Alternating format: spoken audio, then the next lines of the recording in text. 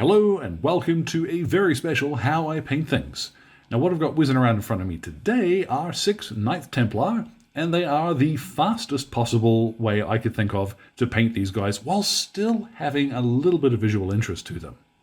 Now I've painted these guys for GREATHELM, and I'm going to quickly mention you should go and check out Peachy's video on GREATHELM itself, what it is. I backed that one. The game is fantastic. I am looking forward to putting down some models, but Peachy has done a far better job of explaining the game itself than I would, so go check that one out. On the painting side, I wanted to do something today that was going to be fast. So here's 6 fellas painted in the time it would normally take me to do one. All of the paints will be listed in the description below. It's very, very simple. Let's get started. So a real quick note on these guys. The majority of them are armed with stuff from the Medieval Foot Knights box, or bag rather, from Victrix. That is where the majority of the parts have come from. A couple of the guys who do have the polearms, though, they are from the Men-at-Arms kit from Victrix instead. One or two of them are going to take a little bit of jiggering to get to fit properly. And there are actually spears which come in the Knight kit as well, which obviously are designed for those bodies. But with a little bit of finagling, they will fit on just fine. Now, once you've got your miniatures assembled, of course, we prime them. And yeah, black is going to be the way to go here. I've used Raven Black from Colorforge. Reason being, it's a little easier to see under the lights. I wouldn't ordinarily just use a matte black, something from the Army Painter, but it can end up with a little bit of shine on it, which makes it difficult to see what we're doing. Not all that handy for a guide, so Raven Black it is. So we're going to start off. I have some gunmetal. I have a large dry brush, although it does not particularly matter what brush you use. And we are going to quite generously overbrush this over most of the miniature. Basically anywhere that he's going to be steel, which is a pretty big chunk of him. Now I have deliberately made sure that as much of these guys as possible is covered in either mail or an actual GREATHELM. I don't want any guys with faces visible if I can help it, because that's something else I'd have to paint. Now that will not take you terribly long at all. What I'm going to move on to now is the, well, padding, gambesons. I'd say it's probably just linen padding, which is why I'm going to use skeleton bone for a handful of the guys who have some of this visible. Don't worry too much if you do splurge over and hit the mail. It's not going to take very long to clean that up afterwards. Really, really tiny points like this, ignore them. You know, you can see technically the tiniest bit of padding in some places, but if you don't have to, you know, save the time and don't paint the bits that aren't going to really give you anything to look at table distance. Okay, now we can tidy up our tabards and shields. Now what I'm going to use here, this is Ironclad Grey. Now this one's actually from the John Blanche Masterclass range from the Army Painter. But something like German Grey from Vallejo. What else is there? Corvus Black.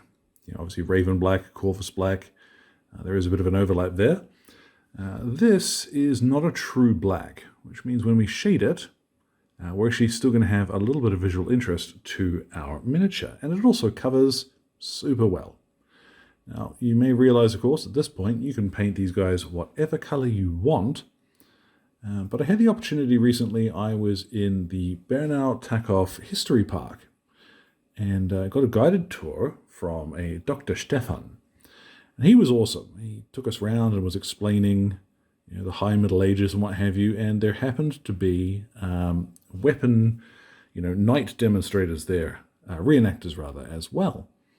So seeing one of these guys in full mail and the tabard and what have you as they came Darth Vadering around the bloody corner was quite intimidating, but also super educational, very, very interesting. But yeah, these, like if you are painting Knights Templar, especially in the earlier period, then black or very dark grey or even a brown would be appropriate. Some of these guys would actually wear cassocks rather than tabards. So something to look into there as well. But yeah, because I'm painting these guys up for GREATHELM, they're going to be all the same color. It just now occurs to me, I probably should have done this step before painting over the shields. But what I have is paratrooper tan, And I'm going to use this as the color of the wood visible on the backing of the shields here. You see I've already hit his hand. I'm not going to be too precise about this. I don't mind it being a little bit grubby. But remember as well, if you've got any spears or halberds or what have you, to go in and paint those with this as well. Once I'm done with this, I'm going to need to do a little bit of cleanup, obviously, but I'll save that as a final step.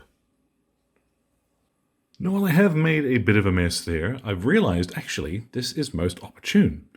What I'm going to do, instead of going straight to my tidy up, is to grab some brain matter beige. This is going to act as my white.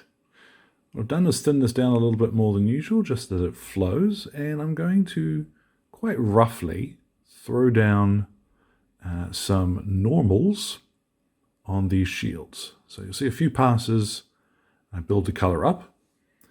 It's not quite straight yet, but I'm not worried about that. What I want to do is first of all get the shape in roughly the right place, and then I can tidy it up later with that black color I was using. Whereas after a second coat, you're going to see that you've got a much more solid white.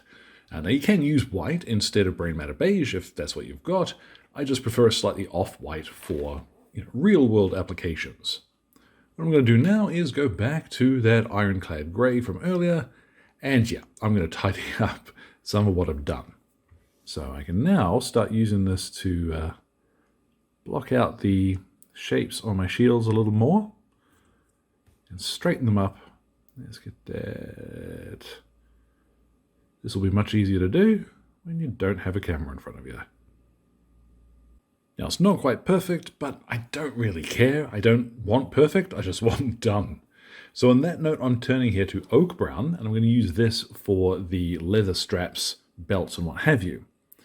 This is a nice deep brown with a little bit of warmth to it, which is important. These guys being relatively, well, almost completely monochrome so far, a little bit of color on them, a little bit of warmth is going to go a long way. And the reason why I've chosen oak brown isn't just for that color, it's the fact that this stuff covers really, really well. So, around all of these. Now for any scabbards, I'm going to keep things relatively simple, and I'm just going to use brigandine brown here, which is a nice, dark, very dark brown actually. Will work well for that kind of treated leather finish. I would suggest that you could also just do these in black if you wanted, but there's plenty of black on these guys already. Now for just a little bit more oomph on some of these guys, what I have is weapon bronze, and I'm going to pop just a little bit on the front of some of the helmets, because bronzing parts of these for a little bit of decoration was relatively common, but I don't want to use a true gold. I am going to come back and paint the rest of the cross here in true gold.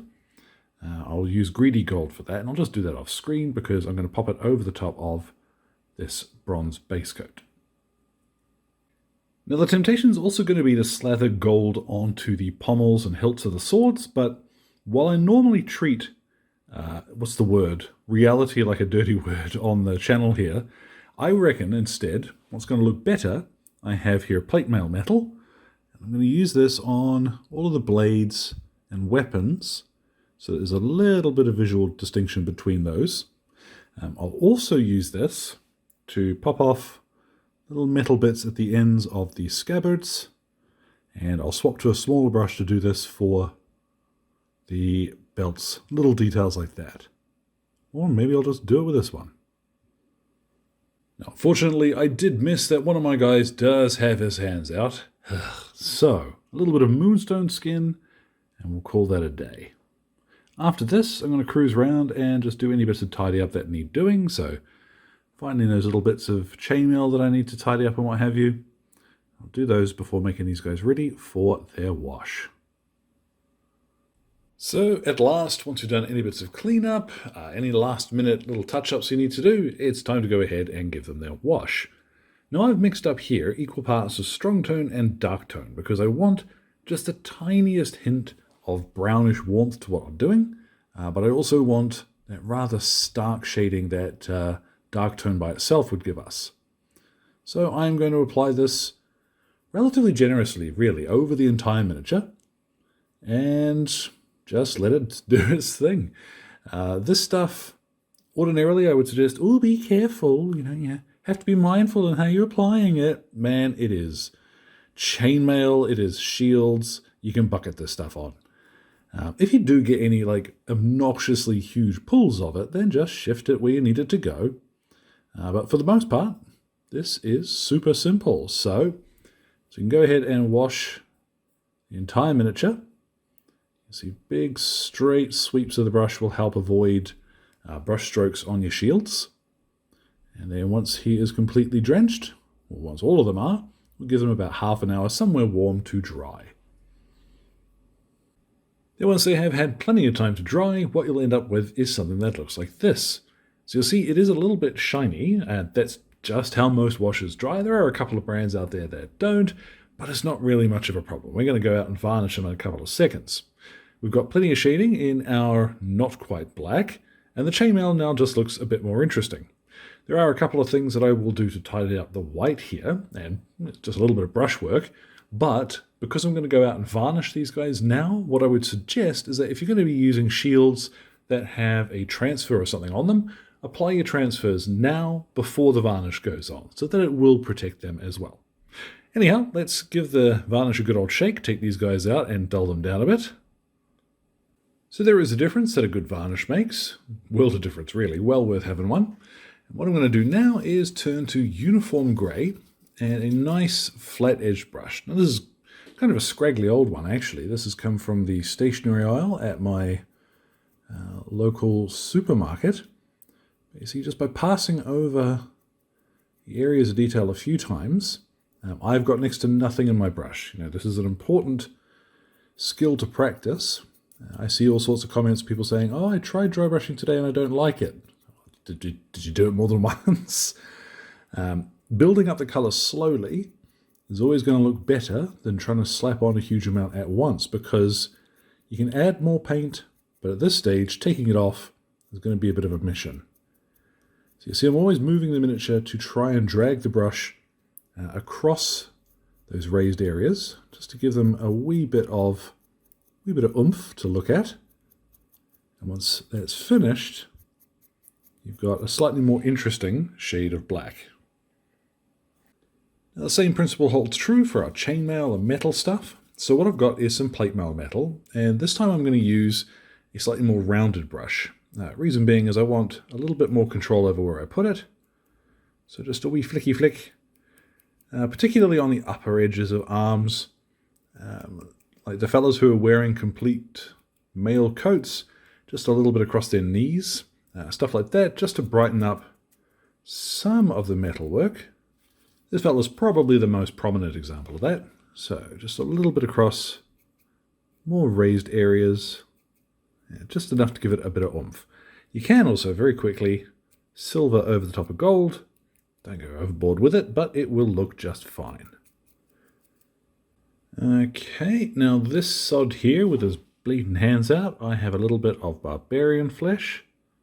And I'm just going to pop some of this on the back of his fingers and his thumb there to give him a little bit more depth.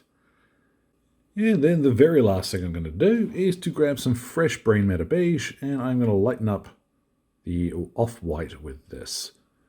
A little bit easier this time since I've got better guide marks. And yeah, from here, I'm going to go ahead and base them. Now, I'm going to pop the recipe for that in the description. I'm not 100% certain how I'm going to do that just yet, so it'll be a mystery to me as well. But yeah, let's get a look at our little warband once they're all finished. And so there at last, our little squadron, warband. Yeah, warband's the word, I reckon, for GREATHELM is complete. Now, the way that these videos are done can give a false impression about how long painting these things actually takes. Of course, they are cut and edited, so sometimes it's going to seem like it's a little quicker than it actually is. Now, these fellas I have painted, you've seen them all from primer to finished, in the stretch of time it normally takes me to do one miniature for the channel. So while they aren't fantastic, there's plenty you could do to still carry on making them look a bit nicer, tidy up those shields a little, for example. I think the end result is something that you can still play games with. It doesn't have to be perfect to look fine. I am actually quite surprised by how well that kraut cover stuff went on. The bases normally I can never quite decide what I want to do with guys in predominantly black gear, but thinking of Knights Templar, it was like, let's give them sandy bases, and those look pretty cool. A little splash of green actually adds quite a lot to the overall finish. So remember as well that it would be as easy as picking a different color than black. You could go around, maybe start with Wyvern Fury, then dry brush it with pure red, or one of the turquoise sets. You can do what you like. The basic method is going to work no matter what color you choose. I do just suggest picking something which will cover well, which is what saved a lot of time here. Anyhow, thanks as always goes out to Exit 23 Games for the light and sound equipment, as well as all of my wonderful patrons who are keeping me ticking in paints and glue, which includes my gorgeous producers who are showing up on screen now. Thank you very much for your support, folks. Now, any questions or anything, feel free to drop them in the old comment box below. My Blue Sky and Instagram are both linked there too. So, thank you very much for your time, one and all, and you all enjoy the rest of your day.